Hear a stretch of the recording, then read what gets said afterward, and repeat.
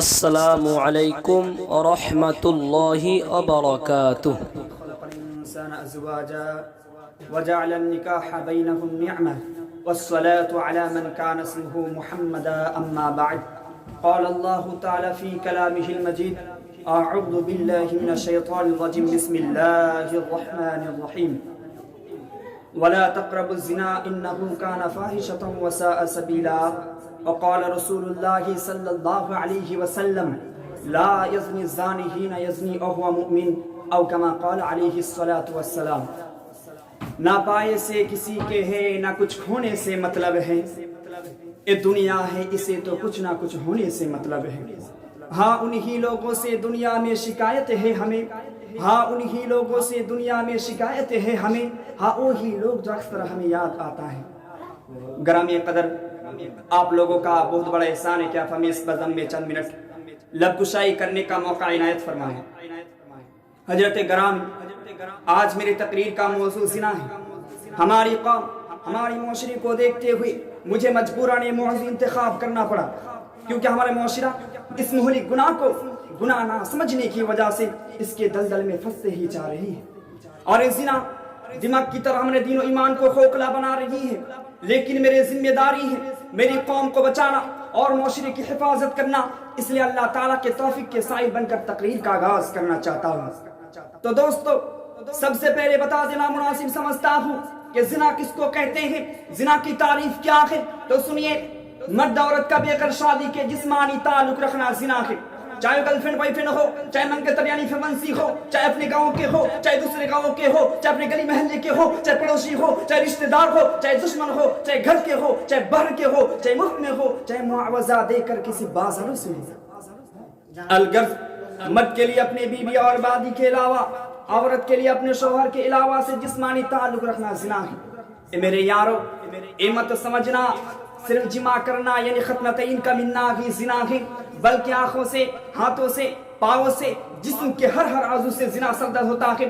سید القونین، خاتم المرسلین، پیارے آقا کا فرمان ہے، آنکھوں سے غیر محرم کو دیکھنا آنکھوں کا زنا ہے، ہاتھوں سے غیر محرم کو چھونا ہاتھوں کا زنا ہے، کانوں سے بے حیائی کی بات سننا کانوں کا زنا ہے، زبان سے بولنا زبان کا زنا ہے، پاؤں سے زنا کی طرف جانا پاؤں کا زنا ہے، شرمگاہ تو اس کا تتمہ ہے۔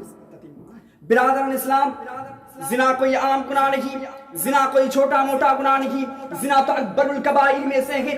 زنا ہمارا دین کو خراب کرنے کی ہے۔ ایک حدیث میں ہے، رسول اللہ فرماتے ہیں، لا یزنی الزانی حین یزنی وہو مؤمن، زانی جب زنا کرتا ہے اس وقت مؤمن نہیں ہوتا، اس وقت اس کے ساتھ ایمان نہیں رہتا، اس وقت بے ایمان ہوتا ہے۔ ذرا سوچئے، اگر اس وقت موت آ جائے تو کیسا مرے گا؟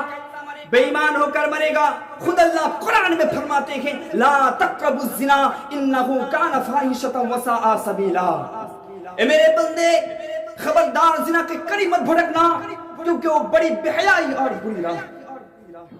میرے غیر مسلمانوں، ایت کریمہ میں تھوڑا غور کیجئے، اللہ تعالیٰ زنا سے منع نہیں کر رہا ہے، بلکہ اس سے بھی بڑھ کر زنا کے قریب آنے سے ہی منع کر رہے ہیں۔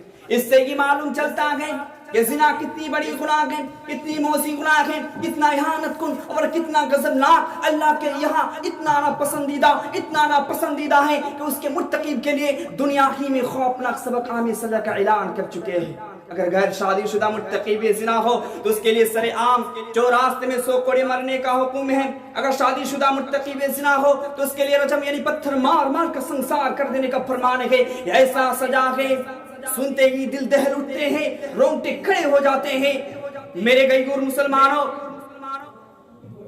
لباس ہی بے حیائی کو بلاتی ہے، زنا کو دعوت دیتی ہے، لیکن ہمارے سماج کو کیا ہوا جو اپنے عورتوں کو چھوٹے چھوٹے کپڑے پہننے کی اجازت دیتی ہے، جسم چسپا لباس کو ان کے لیے جائز سمجھتا ہے، سر سے دوپٹے کو ہٹانا روا سمجھتا ہے، اور اس کو فیشن کے نام پہ رشتہ کرتے ہیں۔ دراصل فیشن نہیں، بلکہ فیشن کے نام پہ اپنے آنکھوں کو سیکھنا ہے۔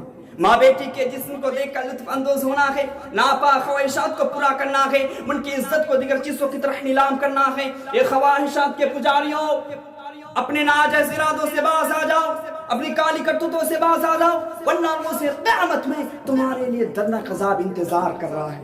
ذلت و رسوائی تاغ لگا کر بیٹھی ہوئی اہانت کن انتقام تمہارے استقبال کے لیے تیار ہے۔ جو غیر محرم کے چہرے کو محبت کی نظر سے دیکھتا تھا قیامت کے دن اس کے چہرے کا گوشت گر جائے گا. غیر محرم کو دیکھ کر جس کا چہرہ کھل جاتا تھا قیامت کے دن اس کے چہرے کو آنکھ سے مستقیل کیا جائے گا. جو غیر محرم سے ہنسی مذاق کرتا تھا قیامت کے دنوں غمگین ہو کر میرے یاروں تمہیں اور کیا کیا زیادتیں چاہیے بے حیائی سے دور رہنے کے لیے اور کیا کیا تکلیفیں چاہیے خواہشات کو دبانے کے لیے اور کیا کیا سزا چاہیے اس زنا جیسے ملعون منصوبات تو خذلت سے باز رہنے کے لیے. اس سے باز رہنے کا آسان طریقہ عین وقت پر شادی کرنا اور اللہ تعالیٰ سے دعا کرتے رہنا اور اس سزا سے ڈرتے رہنا. اللہ ہم کو نجات دے, پورے قوم اور معاشرے کو نجات دے. آمین ثم آمین. اما علینا الا البلاغ.